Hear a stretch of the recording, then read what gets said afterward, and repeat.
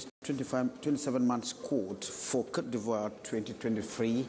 We're going to have the full list of Rigobet's song squad, but then the big absence is that of Eric Maxime Choupo-Moting. And Cameroon rethink 2024 import procedure in the country. What are the stakes as the country keeps importing more rather than firing for local consumption? And Leslie Nanana wins Miss Curvy Beauty Contest in the country. We are going to have an update of how this is going to spice Miss Curvy Beauty competition at Yaoundé. Top stories.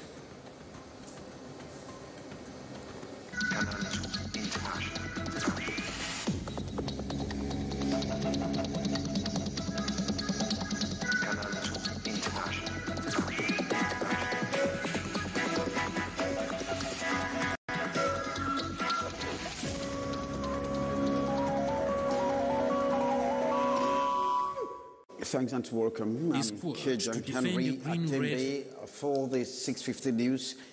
Well, sorry for that sound hitch. You can hook up with us on our social media platform on Canal International on YouTube as well as on Facebook. It was a long wait, and everybody wanted to know who is who on the list of Bahanak's 27-man squad, and so it came to pass that the list was published for Côte d'Ivoire 2023 this day. Hassan Char now takes a look on the list and says that there were very big absences, amongst which Choupo-Moting, Faye Collins, and others. Yellow colors of Cameroon in the upcoming African Cup of Nations in Ivory Coast consist of 4 goalkeepers, 9 defenders, 6 midfielders, and 8 attackers. Among the 27-man list are 2 local players making their entry into the Lions' Den. Midfielder of Victoria United, Nathan Wilfried, and Dynamo FC goal poacher Ateba Lionel, found worthy by head coach Rigobert Song to represent the country at the African biggest soccer stage. Ateba, everybody could really see that coming. It's Williams that I don't really know for sure if a lot of people saw Williams from Victoria United making it in the list, but it's good. It's a good sign for the local guys. It gives them a lot of motivation for them to work harder. I mean, it's a tough decision for the coach to make, and he did it. And reading through the list, sports journalists have saluted the choices in different compartments. It's a very balanced list. The goalkeeping department, the defense, the midfield, and attack. We have the guys. The guys are there. Goalkeeping, of course, Andre Onana, Davis Epasi, Simon, and of course Fabrice Ondua. Those are all 4 very good goalkeepers that we can call any of them anytime to really save the image of the country whenever they are needed. But I think it's a good list. The defense is very interesting. The midfield, there's a lot of work for the team because now Anguissa has to work with Olivier Kemen and Elliot. And up front, there is Ferris, there is... let's just see how he's going to use. Like he said in the press conference, like the coach said in the press conference, each opponent has a game plan. But in the nutshell, the absence of some key players remains a major concern. Eric Maxime Choupo-Moting and Gamale are the key players that are not part of the list. There was some rumors prior to the publication of that list that those players were not going to be called up, and the publication of the list has just confirmed rumors. The coach alone knows why he has not called up that list. Anguissa, Vincent Aboubakar and teammates, as well as the technical staff, are expected to leave Cameroon on Saturday, December 30th, to Jeddah, Saudi Arabia, to prepare for the tournament, which will run from January 13 to February 11, 2024. Yaoundé, and Cameroon is increasingly cultivating, or rather controlling, its import in regards to the harmful consequences of the transformation of the ozone layer. And so since 2022, a technical visa on products declared dangerous for the environment is effective. Sherifa Saleh. Before any importation of products classified in the categories declared dangerous for the environment, the obtaining of the technical visa according to the standards of the Ministry of the Environment for the Protection of Nature and Sustainable Development is mandatory. We're talking about two categories of technical visas. That for electrical electronic equipment, as well as equipment that contains ozone depleting substances. Now, those are two types. And what is the procedure? We want to start from the law. There's a whole law, the framework law actually give us a guideline on how to do this.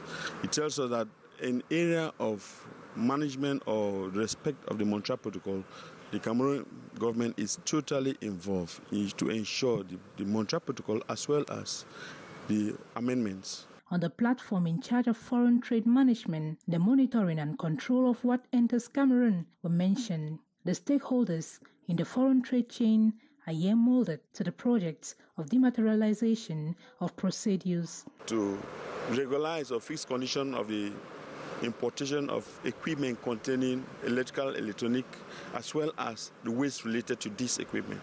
And in that actually give us a list of categories of equipment that we need to, and it's very clear. And it's based on that, this legal framework that we have permits us now to work with the goods guichet unique to see how far they can help the country to regulate the sector. In Douala, the meeting is held on the explanation of the dematerialized procedure of the technical visa with the main objective of raising awareness among stakeholders on the legal framework. Have now been produced, wheat seeds are now being produced in large quantity in the Adamawa region. And so this follows a 10.3 billion.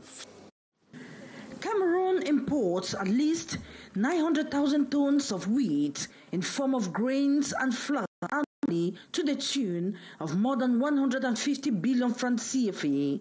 To drop these importation rates, IRAT 1 certified seedlings are being produced on these 30 hectares of land at the defunct Wheat Development Company in Wasande in the Adamawa region to be distributed to farmers to boost large-scale production.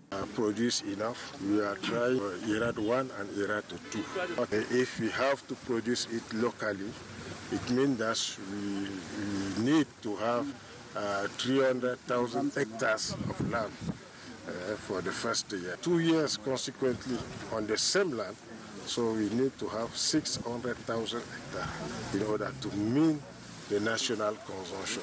With the improved seed varieties from the Institute of Agricultural Research for Development, IRAT, a hectare produces at least 3 to 7 tons of wheat. The first harvest in these farms have been scheduled for January 24, 2024.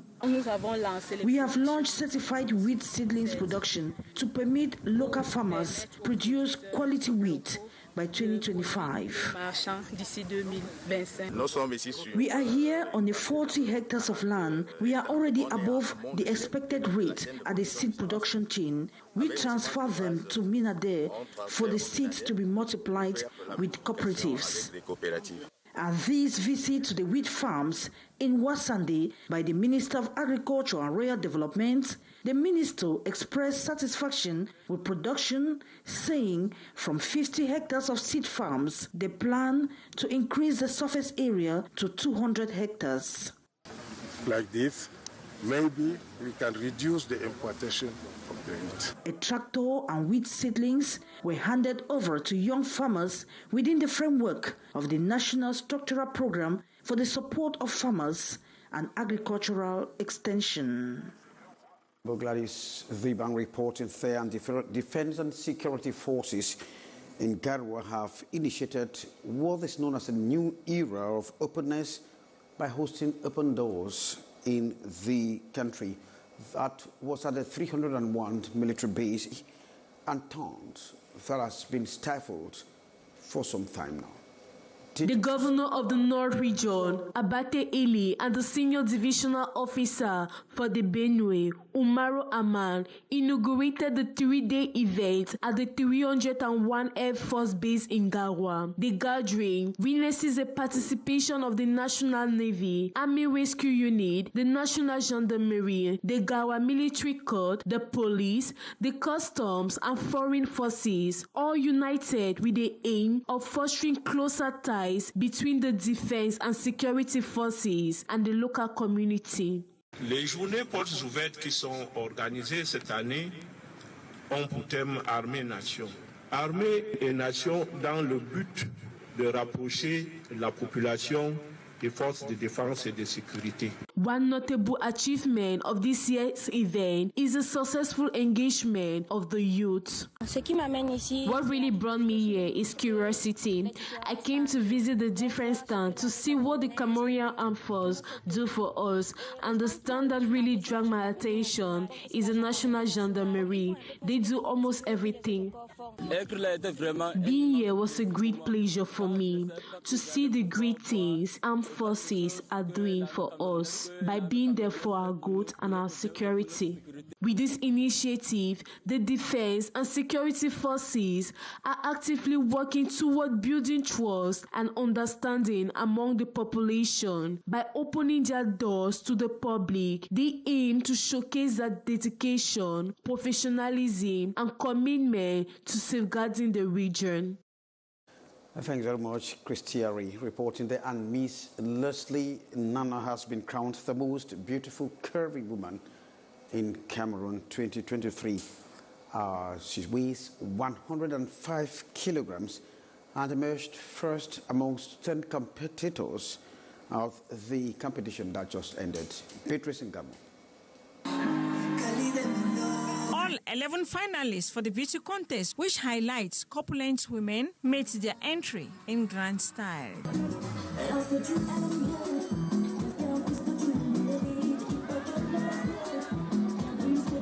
They took time to exhibit their generous shape in different turnouts: city clothes, traditional outfits, beach wear, evening dress.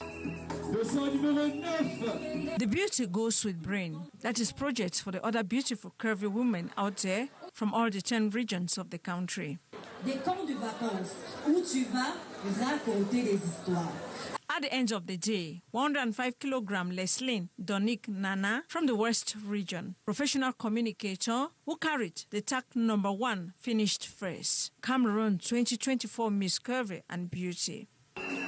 A one-year term and already prepared. Alongside clothing 100% made in Cameroon, the 4 extra large, I think, to equally put in place a platform for the curvy, managed by curvy entrepreneurs who understand the insecurity problems of their future customers. Concept the coordinator uses to reconstruct the complexity that modern society places on curvy women.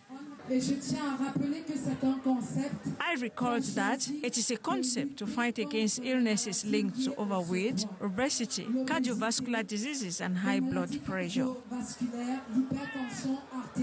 Cool, enjoyable evening, December 27 night at the Yafe Podium, ongoing at the Esplanade of the Yaoundé Conference Center, the 8th edition of Miss Curvy and Beauty competition. Thanks very much, Beatrice Ngamo. It was a poignant homage to one of Cameroon's most iconic Makossa mogul, a Cambrian. And so the splendor that endures this remarkable outing of a Cambrian for more than 5 decades still reigns. Kizzy Kinga takes us the memorial lane as some people now conglomerated to pay tribute to the iconic Makossa mogul.